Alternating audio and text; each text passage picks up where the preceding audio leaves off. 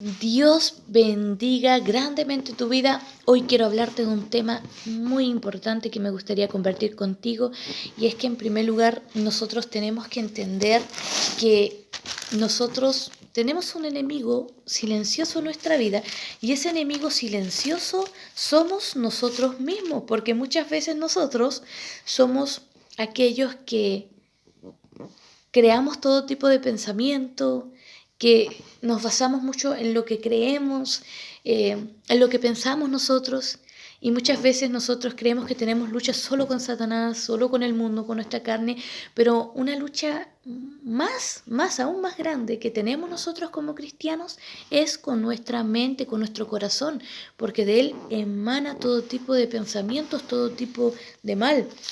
Por lo tanto, el Señor a nosotros nos amonesta cada día a que podamos nosotros entender que debemos nosotros ser renovados mediante la renovación de nuestro entendimiento, porque así lo dice la palabra de Dios, que debemos renovar nuestra mente. Hermanos, os ruego por las misericordias de Dios, dijo Pablo, que presentéis vuestros cuerpos en sacrificio vivo, santo y agradable a Dios, que es vuestro culto racional, y que no nos conformemos a este siglo, sino que transformemos nuestro entendimiento por medio de la renovación de nuestra mentalidad, por decirlo así, parafraseando un poco las palabras del apóstol Pablo. Es como decir: cambia tus pensamientos, los que tú tienes, los que están mal, y únete a lo que dice la palabra de Dios. Que esta palabra sea viva y eficaz en tu vida. La palabra de Dios dice que no nos debemos apoyar en nuestro propio pensamiento, así lo dice Proverbios 3:5, que no debemos fiarnos de nosotros, sino que Él dice: fíate de Jehová con todo tu corazón y no te apoyes en tu propia prudencia, o sea, en tu propio pensamiento. Hay que tener cuidado de nosotros mismos.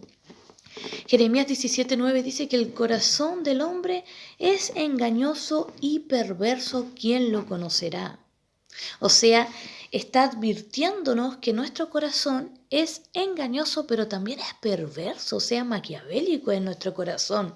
El pecado nace de nuestra concupiscencia. Concupiscencia es un deseo deliberado de pecar, un deseo desordenado, desenfrenado por pecar, es un deseo intenso por lo prohibido, y ese pecado se formó en nosotros primero. Y antes de concebirlo, se formó en nuestra mente primeramente. Entonces, somos nosotros responsables de cómo Satanás también tienta nuestra vida. Porque Satanás no es omnisciente ni es omnipresente, pero tiene legiones de demonios, millones de demonios observándonos, sobre todo los hijos de Dios, porque está buscando debilidades, busca cómo tentarnos según lo que hay en nuestro corazón. Y nosotros mismos le mostramos cuáles son nuestras debilidades y qué nos tienta, porque nosotros muchas veces no tenemos resguardo de lo que decimos, de lo que vemos. Le mostramos al enemigo cuál es nuestra debilidad, qué es lo que nos tienta, qué es lo que nos provoca, por ejemplo. Entonces Satanás anda como un león rugiente buscando a quien devorar. Él nos está observando a través de los demonios que le informan todo, porque él no es omnipresente ni es omnisciente. Por lo tanto, usa a sus huéspedes de maldad para observar a los hijos de Dios y a todos en general, para ver ahí que los mantenga aquí en sus manos. Vamos a leer entonces Santiago capítulo 1, versículo 13 al 16, y dice así: cuando alguno es tentado, no diga que es tentado de parte de Dios, porque Dios no puede ser tentado por el mal, ni él tienta a nadie, sino que cada uno es tentado cuando de su propia concupiscencia es atraído y seducido. Entonces la concupiscencia, después que ha concebido, da a luz el pecado, y el pecado, siendo consumado, da luz a la muerte. Amados hermanos míos, no erréis. ¿Qué está diciendo esto? Que primero, antes de que nosotros concibimos el pecado, se formó en nuestra mente. El pecado nos aparta de Dios, causa una muerte física y una muerte espiritual, porque terminamos alejándonos de Dios por nuestro propio pecado que se formó en nuestro corazón. La batalla más grande que tenemos es en nuestra mente. Por lo tanto, No podemos nosotros confiar en nosotros mismos, sino que tenemos que tener una dependencia total por nuestro Padre que está en los cielos. Lo que caracterizaba a David no era que él era un hombre perfecto, sino que él era un hombre experimentado en quebranto, que acudía a Dios cuando pecaba, cuando estaba bien, cuando estaba afligido, cuando estaba en cualquier situación, en cualquier circunstancia, él acudía al Señor. Él era quebrantado en espíritu. A los que están contristados, humillados, Dios jamás va a negarse. Aquellos que están demostrándole a Dios que no pueden, que necesitan ayuda, Dios siempre tendrá misericordia. Pero aquel altivo y soberbio que esconde su pecado, que esconde su maldad, que esconde su rostro de Dios, ¿cómo podría ser ayudado por Dios? Porque Dios no es intruso. Pero muchas veces no queremos reconocer que pecamos, muchas veces no queremos reconocer la maldad que está en nosotros y terminamos culpando a Satanás, a las personas, a cosas por no reconocer que el problema está en nosotros y que necesitamos de nuestro Padre Celestial que nos ayude, porque no podemos solos, no podemos cambiar. La palabra de Dios dice que la palabra renueva tu entendimiento, dice que el Espíritu Santo transforma tu vida y que es Dios el que está perfeccionando su obra en tu vida. Por lo tanto, con nuestro pecado y con nuestra maldad debemos acudir a nuestro Padre, no escondernos de Él, porque cuando nos escondemos y ocultamos nuestra maldad, entonces nunca vamos a recibir la ayuda que proviene del Padre, porque estamos siendo soberbios, estamos siendo altivos, estamos siendo partícipes de lo que Satanás quiere, que es que nosotros sigamos pecando y que no abandonemos el pecado. Entonces el pecado se formó en nosotros. No es culpa de Satanás, no es culpa de mi cónyuge, no es culpa de mis padres, no es culpa de mis hermanos, es culpa mía que yo peque. Y lo que usted debe saber hoy es que uno no peca primeramente ante el cónyuge, ante sus hermanos, ante sus amistades, ante cualquier persona. Usted está pecando primeramente delante de Dios. Usted está pecando contra Dios. Es lo que dice el Salmo 51. Dice, contra ti y solo contra ti he pecado. Cuando nosotros entendemos que nosotros pecamos primeramente contra Dios, eso debe guiarnos a que podamos ser experimentados en quebranto y entender que hemos deshonrado a Dios en primer lugar y que a Él le fallamos en primer lugar. Por lo tanto, nosotros debemos con mayor razón ir con todo nuestro ser a los pies de Cristo, porque si nosotros no vamos a los pies de Cristo, vamos a terminar destruidos y totalmente apartados del Señor. Es que hay que entender que dentro de lo que Satanás puede hacer en nuestra vida es solo tentarnos, en realidad. ¿Sabe por qué? Porque Él ofrece carnadas de lo que Él sabe que a nosotros nos tienta, de lo que Él sabe que son nuestras debilidades, y nosotros somos quien toma la elección si tomamos o no esa carnada. Por lo tanto, Satanás no tiene ni siquiera la culpa. Somos nosotros que no hemos llevado a la cruz del Calvario nuestros pecados, nuestras debilidades, que hemos ocultado nuestras debilidades, que quizás hemos dado lugar a Satanás, porque muchas veces damos lugar al enemigo y ni siquiera muchas veces uno no se da cuenta, o muchas veces uno lo hace consciente, porque hoy en día lamentablemente nadie peca por ignorancia, porque tenemos la palabra de Dios que nos guía en todo, pero muchas veces nosotros, aún conociendo de Cristo, damos lugar a Satanás, abrimos portales demoníacos, puertas a Satanás para que venga y destruya nuestra vida, nuestra familia, porque nosotros no hemos entendido que tenemos nosotros que buscar primeramente el reino de Dios y su justicia, y todo lo demás es por añadidura. Pero todo lo contrario, muchas veces abrimos más puertas a Satanás por nuestra mala manera de vivir. Incluso hay gente que dentro de las iglesias practica ciertas cosas que no debe, como brujería, magia. No hay brujería buena ni mala, es brujería. Hay gente que abre portales demoníacos terribles dentro de sus hogares y luego se pregunta por qué todo está saliendo mal en mi vida. Hay que discernir lo que es de Dios y lo que no es de Dios.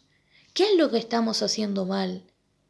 El Salmo 26:2 habla de que, dice que escudriñame, pruébame.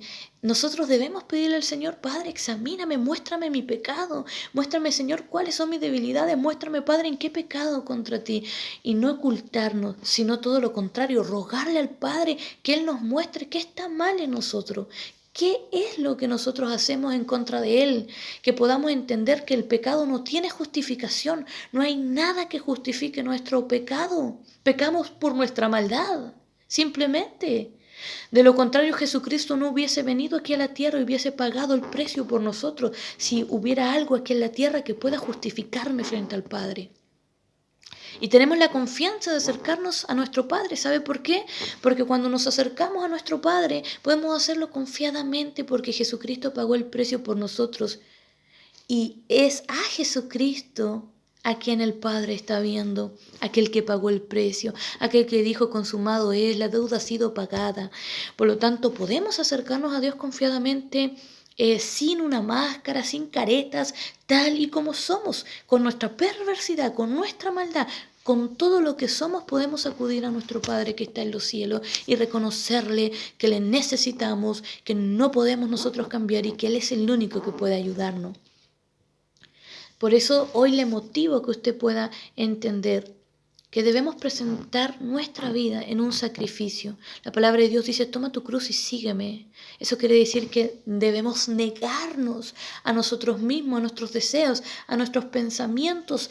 Debemos negarnos a nosotros mismos y seguir a Cristo, negarnos a esta maldad que podemos poseer, pero que Cristo, mediante la obra del Espíritu Santo y la palabra de Dios en nuestra vida, va purificando nuestra vida, va limpiando nuestra vida, va limpiándonos de nuestros pecados y sobre todo Él perdona y olvida. La palabra de Dios dice que nosotros somos perdonados por Dios, Él nos limpia de toda maldad.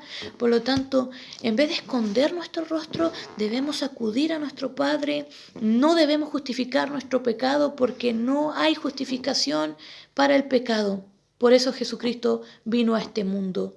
Por eso nosotros no debemos justificar nuestras malas acciones, sino que debemos reconocer que hemos pecado, que somos pecadores, pero que el Señor está obrando en nuestra vida y no nos vamos a apartar, todo lo contrario, vamos a buscar más del Señor y vamos a cumplir con lo que dice la palabra de Dios. Vamos a renovar nuestra mente con la palabra, porque solo con la palabra de Dios, y así lo enseña la palabra, nosotros vamos a romper toda artimaña, toda fortaleza de Satanás con la palabra de Dios.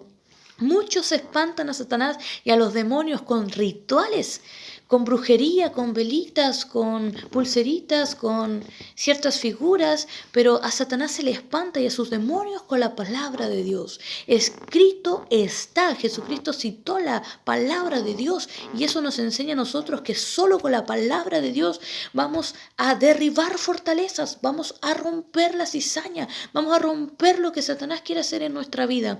Escrito está que yo no tendré temor, escrito está que Dios está conmigo, escrito está que Él me ha dado una nueva vida, que ya no vivo del pasado, que hoy tengo una nueva vida en Cristo. Con la palabra de Dios vamos a romper esas fortalezas que Satanás ha querido poner en nuestra mente y que muchas veces no discernimos porque Satanás lo planta como si fueran pensamientos nuestros, pero es Él susurrando a través de demonios, cosas para que nosotros podamos creer que es parte nuestra, como nuestro pensamiento, pero Él ha venido a hostigar, a destruir, a matar.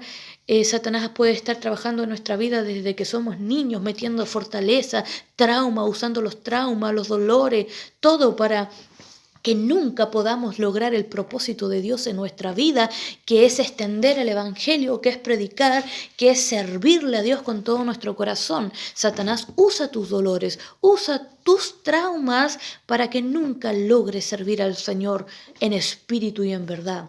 Están los que son oprimidos y aquellos que están en cautiverio. Los oprimidos son aquellos que están lastimados, que han sufrido ciertas decepciones, que están así, que están como en cierta atadura.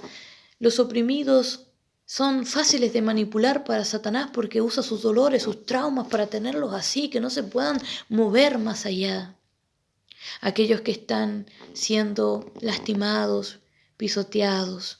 Y Satanás a este grupo los lastima porque siempre les va a recordar el pasado, el dolor.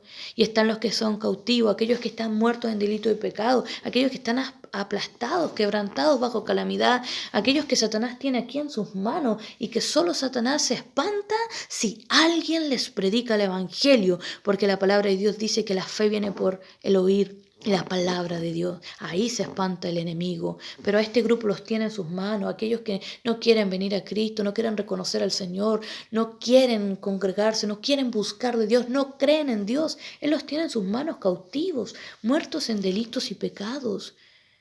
Y hay mucha gente oprimida, aquellos que están aplastados y lastimados, que Satanás siempre, siempre va a estar recordándoles sus traumas y sus dolores para que nunca puedan salir de ahí. Y muchos de esos los vemos dentro de la iglesia.